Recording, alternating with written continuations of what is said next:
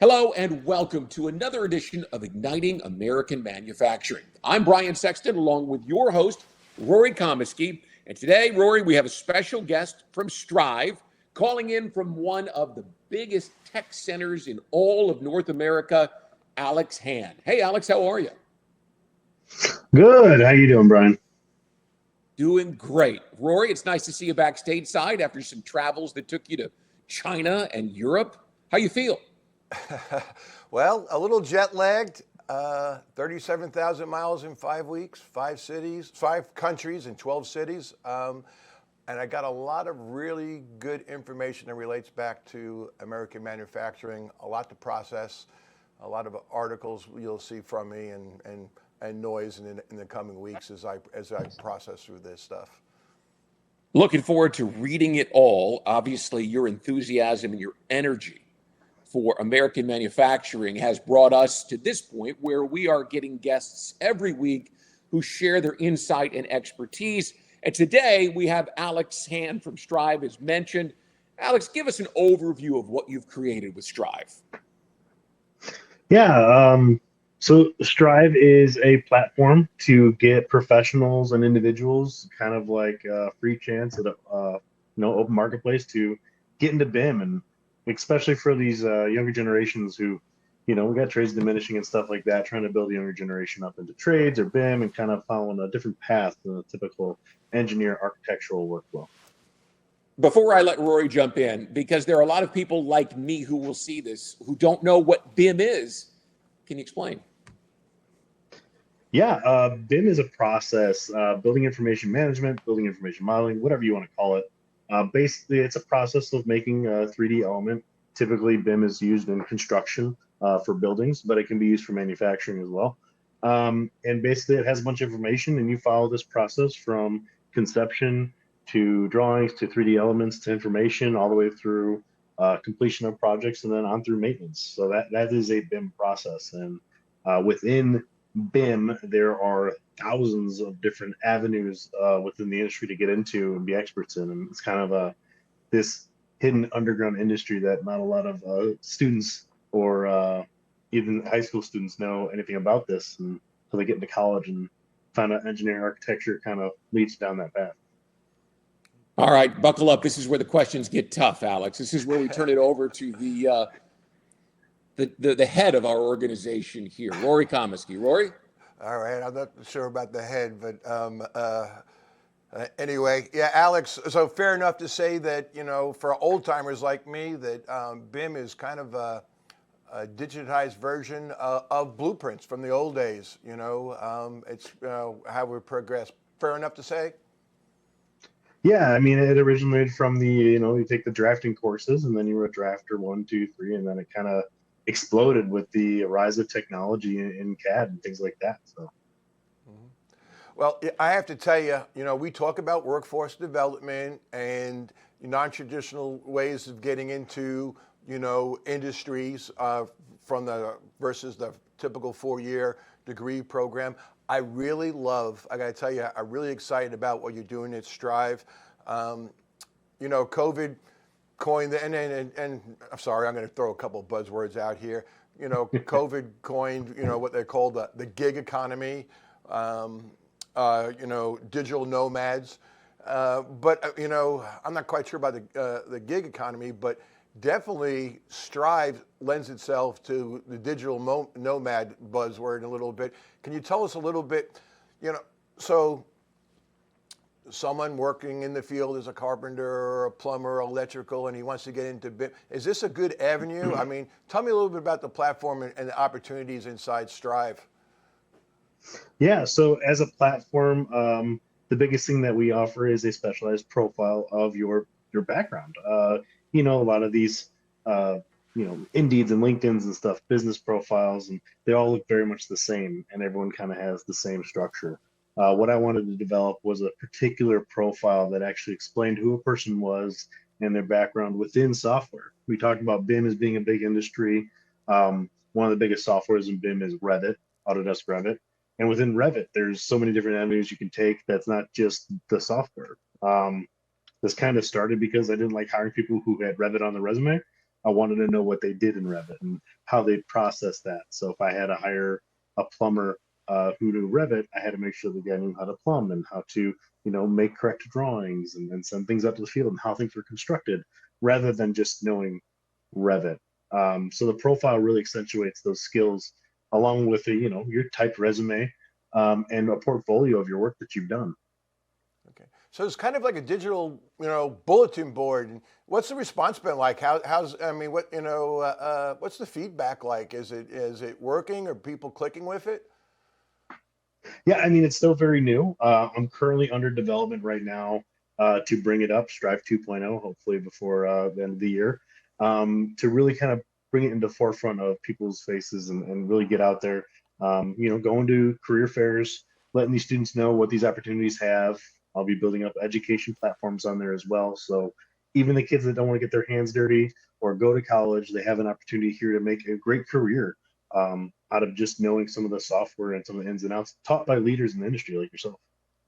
Well, we do talk about workforce development, like I said, and we talk about the stigma of vocational training. And this kind of lends itself to vocational training versus a four-year traditional degree. So it definitely sounds like a good avenue for folks that a four-year traditional degree wasn't really the path they took. So it sounds like a lot of opportunity. I wanted to kind of flip a little bit here. I'm going to use another buzzword. I'm sorry. I literally just spoke in China and Atlanta and some places about smart manufacturing and digital twins. And one of the things, I talk about, I made a comment, if I asked 10 people to define smart manufacturing or digital twin, I would get 11 answers, So there's a lack of standardization there. Can you, kind of tell us, your thoughts? So BIM, for those, Brian, BIM is kind of like the building block where you would start, smart manufacturing or digital twin. And, Alex, explain digital twin for those you don't know a little bit. I'm getting ahead of myself. And then, tell me your thoughts on digital twin or pros and cons and where we're at with it. Yeah. Well, depending on who you talk to, it's many different things. I'm probably getting a lot of hate for my version of a digital twin. But to me, digital twin is an exact one-to-one of what the building is and the equipment inside the building, and the information about that equipment in the building. Now, other people will say a digital twin is beyond that. It's about beyond maintenance, and it's on 5D and 6D and 7D BIM, and there's a whole bunch of other terms that have been developed for this. And if you ask software developers and other architects, they'll say it's something different. So I come from a manufacturing background before I did construction. So to me, BIM is exact one-to-one. If I have to go back and look at the model for any reference, I know where things are at. I know the size of things. I know where they go. I know how to purchase that item. That is digital twin to me. That I feel like digital twins are typically used for owners and developers who own that site. And usually when you hand them a model, what do I do with it? Digital twin is supposed to offer a value to them, saying like, hey, by the way, this has the information for parts and pieces that break down, maintenance schedules and things like that, so you can keep up to date on your building. Yeah, I'm one of those. I'm into the digital twin as a 780. When I do talk about it, I actually talk about how construction and facilities and manufacturing are siloed and breaking that down, and I'm seeing it evolving. So yes, standardizing and defining it, are important, and that's kind of where we need to get. I think that's where a lot of the work lies. It's nascent. It's iterating constantly and growing. I appreciate that. So moving on again, I want to go back to workforce development again. Tell us a little bit about your journey, how you got into this industry and the premise and how it's evolved. Yeah, I think I was one of the last kind of generations to go to a drafting course. I did learn how to hand draft, and I did drafting technologies and kind of touched on a bunch of different softwares. I loved Iron Man, so I wanted to do, mechanical or automotive design. And I got into, doing airplane parts, pinball parts, 3D printing, had a very much a manufacturing mindset with efficiencies and things like that. It's when I moved out to Idaho and Boise where I got an opportunity to work for a modular factory that really both kind of industries melded in my mind, where I was in a manufacturing plant for a building. So I was doing construction on top of efficiencies. So building a workflow in the department on how things need to be built and checklists and stuff. Those kind of processes was like something I really, really leaned on. And since then, I learned that this BIM industry is massive and there's so many people into it. And, some things I got to say actually mean something. And a lot of people face the same issues. And I want to help kind of solve those issues, starting one with education, something getting taught by someone who's been in the industry for so many years, teaching you how to use the software rather than the software makers telling you how to use their software. Because the guy who's been using it for 20 years is going to tell you why he uses it and the buttons he uses it and things he learned along the way as he's teaching. Whereas, you take a standard class, you get the book on what buttons do. So I want to bring that education to the masses, looking for professionals to kind of come in and help teach that part alongside me. And then there's the finding jobs I'm sorry, go ahead, Brian. No, I was just going to, I thought you were done, so I was going to turn it. So go ahead and finish your thought, and then I've got a question.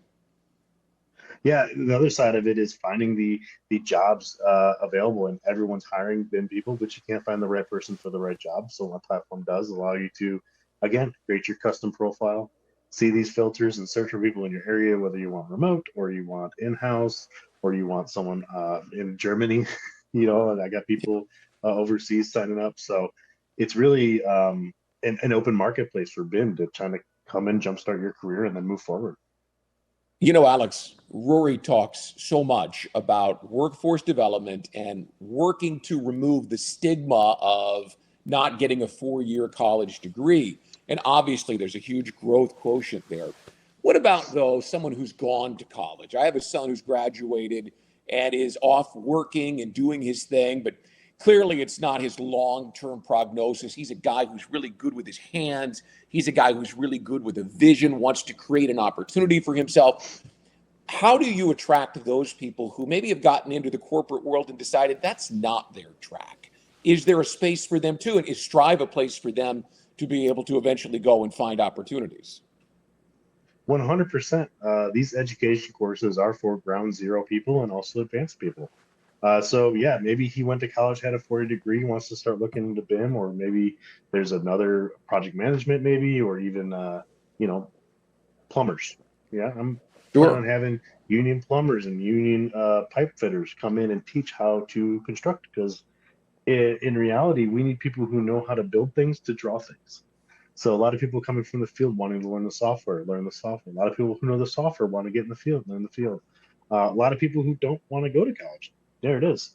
There are a lot of advancements for people who did go to college. I had a professor at BYU Idaho. I talked to him recently, and there is a pipeline to go from 4-year degree to construction management to BIM VDC coordinator and all these other higher level coordinating jobs that maybe not require you to have a lot of construction knowledge, but require you to have a lot of coordination and mediation and go through those things to have a high level of the project to make sure it goes smoothly. Yeah. I'm obviously Alex, in that space with my son and his friends, and that's why I asked the question, because you do find a lot of them that think that that's the way to go and then discover pretty quickly that's not what they want. So obviously plenty of opportunity, and Rory talks about it all the time. The opportunity in American manufacturing is just getting better and better. More opportunities between now and 2030, which makes a lot of sense for young people, Rory. Yeah, and Brian, and Alex, I want to piggyback what you said. As an end user, we have my firm actually has a VDC group, a VDX group, and we're fairly blended. I'd say 25% are the college route. I actually like a blended team. I think they bring different skill sets and different strengths to the equation. I actually really like that component of it. And Alex, we know some same people, that we knew took the traditional degree, and I know exactly who you're talking about at BYU. He was actually on our show. That was Professor Schroeder. Yep. We have some mutual acquaintances. That blended team really lends itself. Now, here's something. When I was in Germany last week, I talked to a young lady, a brilliant young lady, and she was from Australia, and we were talking about workforce development, and she pointed out the statistics right now and the polls and everything we're looking at, that majority of people entering the workplace today are going to have 2 to 3 career changes over the course of their careers. that, they might start somewhere with a degree and they might go a totally different direction. So, these are avenues, and we're seeing a lot of that. We're seeing folks with management degrees coming into the BIM world. We're seeing people, MBAs, coming into construction management. And all those skills, they all lend themselves to each other. Every skill you put in, it's like a craftsman. You keep adding tools to your toolbox, And Alex, what you're doing, you're adding some really cool tools to people's toolboxes and helping them get there and help develop. Let me ask you, certification, standardization, and training. What do we need to do there? I mean, standardization is definitely something we need to work on. Any thoughts there, Alex? Many thoughts. Standardization, yes. I think back in the day when you went to a company and you were a drafter, you got the big thick book of how we draft, and that's what you used, and that was your Bible. That's gone today. People's doing 3D, and no one has that. If they do have standards, it's very minimal. That's something that I want to start developing, is give basically a fill in the blank kind of book of standards for users to use and kind of build up the whole industry. I feel as if I can make growth and people can come in and grow, the industry is going to grow with it. So if we start handing out standards with a blank template and people can use them for what they're using for whatever manufacturing plant or construction site they're doing, that can just kind of build up. And then again, hopefully the industry as a whole kind of comes up to another level where we're all at that same level of building construction. That's kind of what I'm pushing for, is like an end goal. Success is kind of like growth in the industry, growth in people, growth in, and just themselves personally. So, prognosis. This a good industry to get into? You recommended this to your neighbors' kids and your children? I mean, give me your thoughts there. I recommend it to anyone.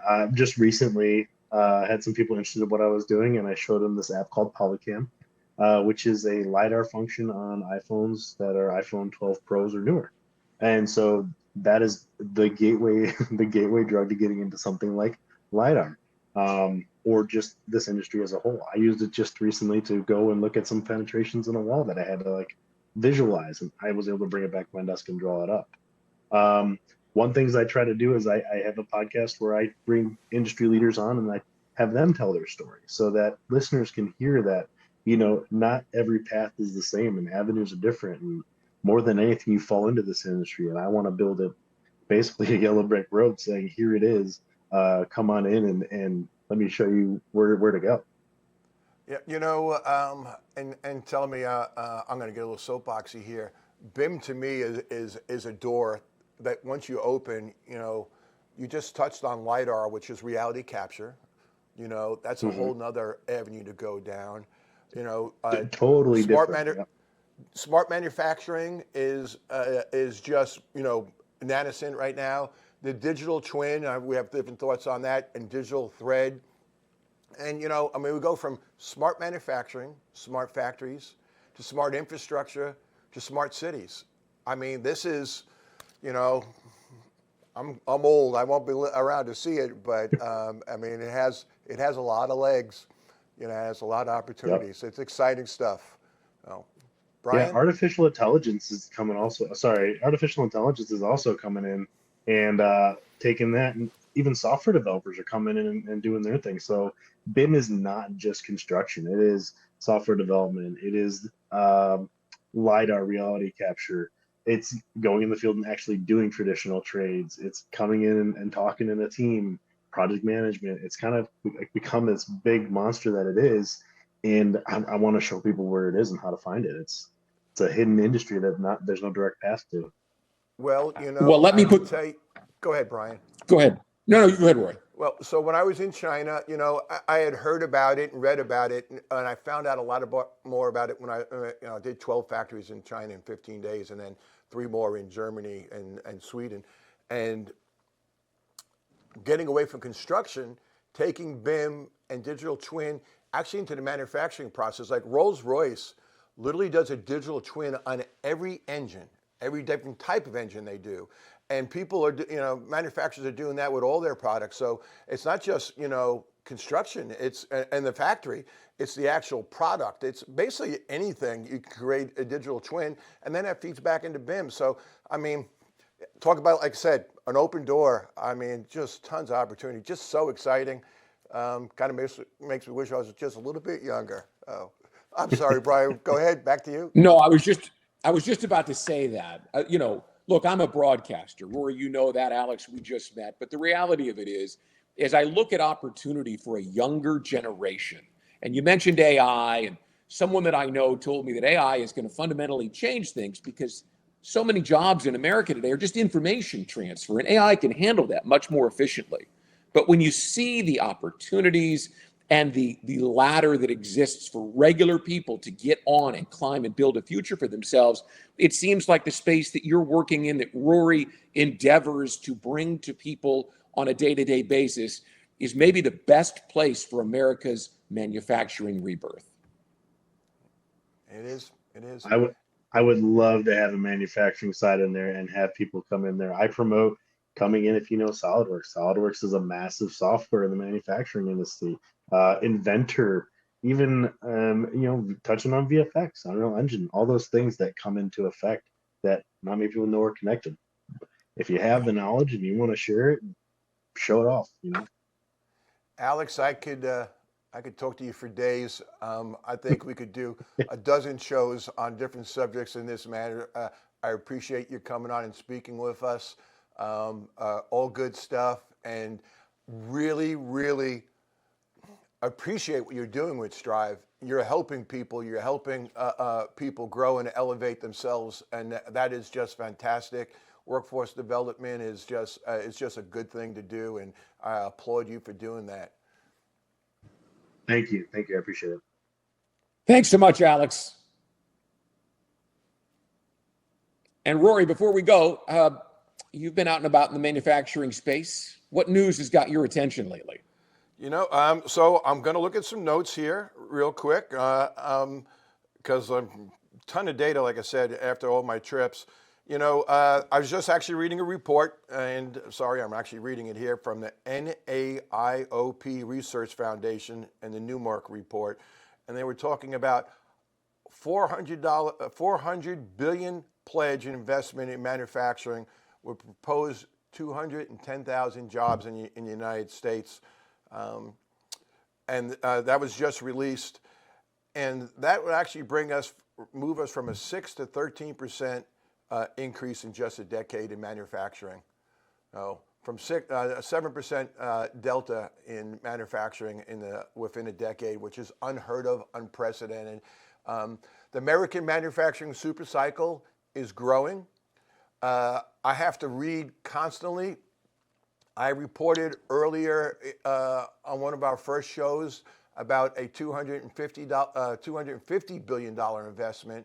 That went to 325, that went to 375, and I just reported at 400 billion. So that is taking into account the IRA, that is taking into account the CHIPS Act and government subsidies, but the preponderance of that investment is from the private sector. And that 400 billion, that's exclusively the private sector. So manufacturing is raging back to this country, and it's helping people. It's helping elevate our middle class. And again, Alex, applaud you for what you're doing to help with the workforce component of that. This is just a really good thing for a prosperous America. And I can't help but thinking, in light of the recent presidential debate and all the conversation, they're missing this idea that manufacturing in this country is an economic engine that will return America to a level of performance and excellence that right now we desperately need, both from an economic, financial standpoint and from a morale standpoint. We're Americans. We're used to being the best in the world. It looks like, Rory, the opportunities you're talking about are exactly what we need to get there. Well, as far as being the best, I learned a lot of my trip to China, and I learned a lot of my trip to Germany, and I have a lot of good things I'd like to report out here in the coming weeks. I came to an epiphany and some just gathered a bunch of data, and I'll be honest with you, I'll get into it in greater depth. Things look good. Good. It looks And good. we'll leave it on that note then, Rory. And pretty soon we'll get past these summer's hours and back into the same studio. It's great to see you. And we appreciate you joining us on this edition of Igniting American Manufacturing.